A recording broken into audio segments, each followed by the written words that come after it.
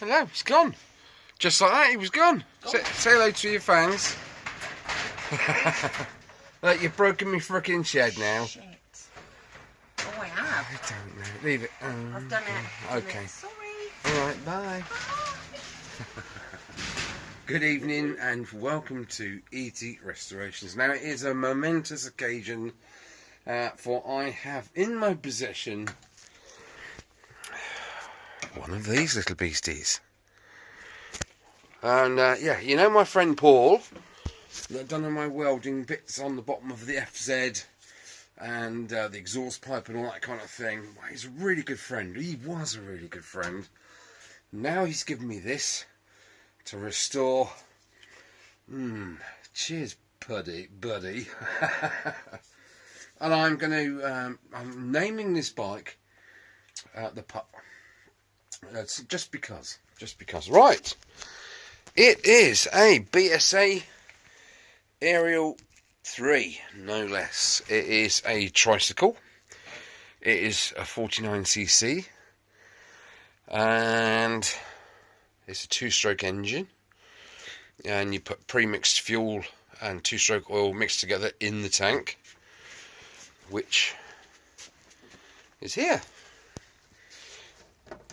These things apparently, they pop off when you're riding along and disappear into hedges. So there we go. Oh, we have some something in there. Okay. Yeah. That needs another O-ring on there. That's not an issue. I mean, that's in fairly good nick. This bike is circa 1971. Therefore, it is 51 years old. It is 4 years younger than me. But the beauty is, I absolutely love, excuse me, the registration number. STL, so it's still 67J. Now, I was born in 67, so it just means an awful lot to have those two numbers on my private plate. It's wicked, isn't it? Who knew? I am so excited about having a go at trying to sort of oily rag restore this vehicle made by BSA. I think it was the last production machine they made. Unfortunately, it didn't really wasn't well received. Basically, that was it. I think that's the story. It's much more in depth than that. But my knowledge of this bike so far is very small. Now I'm on the Facebook group. Yeah, the BSA Ariel 3 Facebook group. Hello guys, if you're watching this, I have been following your videos on YouTube. Absolutely splendid, guys, spot on. Yeah, I loved the video where you had your bikes lined up and there was a guy interviewing you with a beard and you all had a little bit of a speed round in the yard there by the factory units you were at. And I especially like the Honda engine in the back of the orange one. Top job. Right. Where do I start? Should we have a good look round? Let's have a good look round on it. Okay, as you can see, it has pedals. Pretty sure that chrome will just, that rust spots will just buff off of there. So it's a pedal bike, and you need the pedals to start it. But in this case, you don't, and I'll get to that in a bit. So normally the handlebars aren't sort of, you know, racery type. They have been let down so I can get the thing in the back of my car. So they would be sort of like that. One of these is the choke. I'm not sure yet which. There you are. I think you lock the brake on like that. No, you don't. Or is that the clutch? I don't know. But you pull that in and you pull that in and you pedal like hell and you let go of the decompressor. Well, that might be the decompressor. I'm not sure yet. And up she starts and off you go. There's your throttle. Apparently you tilt it one way to start it, and then when you started it, then you throttle up like you would any normal bike kind of thing. You're seeing this The first time I'm seeing this, literally it's been out the back of the car and it is now in the shed. This is new, obviously, this wiring, and there is a good reason for that. They are 6-volt machines. There you go, BSA. But this bike, trike, whatever you want to call it, I believe has been converted to 12-volt. It has a mono steering arm, if you like. How bizarre is that? And the suspension is very high tech. It's one of your dog chew toys from Pets R Us. You know, one with a small ring at the top, then that, and then a big ring. Just chop the middle one out. But no, seriously, that is an original. I do believe it's in fair condition. There's nothing really bad about it. Brakes. Let's talk about the brakes. There aren't any. There is the front brake. It's a drum brake system. And apparently, how do I put this? They're not overly brilliant. But then again, when you're only doing 25 miles an hour, 26 perhaps, 27 at a push, or the dizzy heights of 28 going down a hill with wind behind you, it's sufficient enough to bring this little craft to a stop. Okay, let's carry on with the walk round. Now that, I believe, yeah, front brake lever. Like I say, throttle. I think that's a horn. I don't know. I will find out. I've no idea what that is. As you can see, there are no indicators. You literally have a front light, which I don't, but I do because it's in that box, and a rear light, a tail light. My description, this isn't very good, is it? Sorry about that, guys, but it's new to me. This part here needs to be very carefully removed. I have a JIS screwdriver, which, by the look of it, that should deal with those screws. And what I've been doing is I've been dousing these screws from below, above, below, for a couple of days. It's just been in the shed. I've been coming in and just squirting the whole thing with WD-40, as you can see. See, just to loosen up the surface grime. Look at that. Clean me. Okay, now the horn apparently sits in here. Yes, it has a horn. There is no ignition. Yeah, so like I say, you have... I really don't know, and that was, I suppose, a fuse, but it's now not, but it will be. Not sure. Yeah, I will be fitting an ignition to it, simply because I've got one in the drawer. Okay, seat is period. It's a period seat. I'm going to have to find out what all these little levers and hooks are. I don't think it's a BSA seat, but I think it really suits the bike. It actually goes with it. It's really nice, and as you can see, it's sprung or bungeed for my Ariel. Okay, let's have a sneaky peek. Yeah, before I go too far, those of you that don't know what this is, basically you have two wheels at the rear. That wheel's driven, this free wheels, and like I say, that one's driven from the engine, and the rest of the bike leans. Yeah, they were called.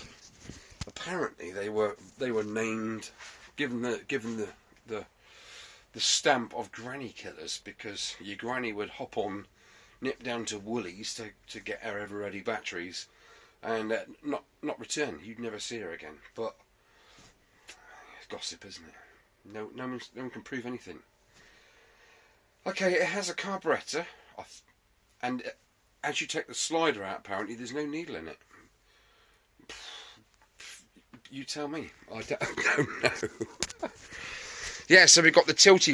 I think it's some sort of torsion bar, or 2 torsion bars in there. I really don't know until I've. This is literally my first look. I do know that when you try and push it, it's constantly engaged. So you're pushing the piston around as you mobilate it. Okay. That's got like a push-pull throttle, hasn't it? So I don't know quite what's going on there. Right, let's have a look at the business end. There's the bum. Quite jiffy, isn't it? And this one is the deluxe model, which has the tow bar fitted and a sticky out racing carb and a sticky out racing exhaust. More about that in a second. It's got the deluxe version gold rims, which are really good. These tyres are made by Dinky, I think. Or Matchbox. It might be Matchbox, I don't know. Anyway, to remove the boot, or to tilt the boot up to get access to the thumping unit in there, which is a 49C motor, you have to remove that. And then this sort of lifts up like so. Let's open that door a bit so we can fling open the engine bay. Right, and we have a cable there, obviously goes to the backlight. So I'm guessing, as it's just a backlight, I'm guessing that there's no brake light on it. Can someone please drop a note below if you know? Of course you know, just let me know. I'm going to need an awful lot of your guys' help for this one. Do you know what I've just spotted? How dinky is this? Look, it's got a boot stay. You're joking, man. No chuffing way. I guess that goes in that hole there. How sweet is that? And for a 51-year-old bike, you know, it's not quite a lot of rust. Bear in mind, these bits are plasticky. There's a little bit of rust down there, but nothing that's too bad. I mean, they're just rivets, so they can be drilled out and re-riveted very carefully, because I really don't want to crack that plastic. Okay. So there's that. Right, let's have a look at the beating heart, or will be beating heart, that is. Do you know, I've forgotten the name of the motor. Sorry guys, it begins with B. Don't say BSA either. So I'm looking like we've got a magneto. Oops. Let's put that back on there. Very gently. I'm going to crack that clip off. It looks like we've got some sort of magneto behind this flywheel. Oh, okay, and we have a cooling fan there. Oh, so that is freewheeling, isn't it? And it's belt driven, direct from the crank, which is there. There's the tooth belt. It's a bit like a Harley belt, only better. Oh, the god of comedy. Yeah, this is all new to me, and some of you Ariel 3 owners, you'll be going, what the hell is going on there? And to the very kind gentleman that has done this modification already, can you enlighten me a little bit as to what's what? Bear in mind, I know my way around my toolbox, so you won't be banging your head against the wall. I will be sort of understanding, hopefully, what you're saying. Right. So single cylinder, 49cc. That says 48 on there. I've been duped. 06613. Okay, so we have a motor there. It looks like it's out of a DeWalt screwdriver. Only kidding. So there's the cable that fires that. That should go to some sort of... Where is it going? Not sure. I think my first job is to try and get that battery out of there and see what condition it's in. Shall I get the tester out, see what voltage we got going on there. It's kind of simple in its construction, but I see. So it's like a push bike that goes one way and not t'other. Well, that would make complete sense. Otherwise, this would be driven from the rear wheels and making the starter motor go round constantly, which isn't any good, is it? Okay. Yeah, there's lots to get into, lots to try and understand on this one.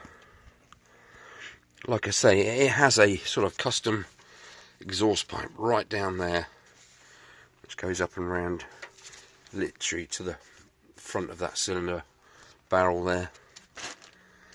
Yeah, that is heavily modified, isn't it? Because normally there is none of this. This just isn't there. None of this. It's not there.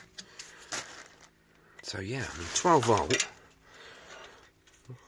opens up an awful lot. Oh, there's a starter relay there. That's what I'm looking at. 12 volt opens up a whole host of modernities, doesn't it? It means, you know, indicators. It means proper lighting, brake light, all those kind of things that you really should have, I think, on bikes. You know, any sort of motor vehicle as such. You know, I mean, even the electric scooters these days have little indicators on, so that will be probably factored in to this build. Do you know, I love the patina on it. It's 51 and it's solid. It is absolutely solid. Nice little nice welds on that. Nothing's really bent. I did notice a slight dent on the boot space cover, or was it on this rear wing? One or the other. But it's nothing that can't be just sort of fettled out, isn't it? Cheers, Paul. No, I do. I seriously mean that, because you know how excited I have been waiting for the paperwork to come through and all the rest of it. So, and thank you again, sir, for the boxes of bits, little bits and pieces there that you sort of gathered together and passed the bike on to me with the spares, because they are hen's teeth, some of these parts, aren't they? As you Ariel guys know. Right, I do have a sticker, which is quite rare apparently, but you can't get these. You can't register it if it's not registered without the VIN number or chassis number. So that's good. Oh, we have a fuel, some sort of fuel delivery tap sort of thing. There's a banjo on there. Not quite sure what happens on there. Like I say, I was watching the lad's video. They're commenting that sometimes they wee themselves and drop all their fuel on the floor. Help me out there. Do I need to carry a little potty with me just to catch it, and a roll of tissue to clean up afterwards? But boy, look at it. It's just flipping amazing. I mean, it literally weighs nothing. This end, that end, it's like it's as heavy as a washing machine with a big concrete slab in the top of it. You know what I mean? Right, I'm just going to wrap that up. This is episode 1. Just a walk around, basically, looking at the state of it. I'm going to go around now and take a load of photographs, obviously, and I will detail photograph it as I disassemble the poor little thing. Okay. So it's tax-free and MOT exempt, but in order to register it as a historic vehicle, you have to get a machine MOT initially to put that forward to get the free road tax, etc. And I feel better, you know, having a bike checked over by a professional and given the nod, etc., that it is okay to take it on the road, because there is one thing I know about this bike. One thing. Do you know what that one thing is? I know that when it's done and it is running, it will still want to try and kill me. on every corner. Apparently they're a nightmare. I've never ridden one. I wouldn't know. But watching the videos, you guys make it look easy actually. But I think that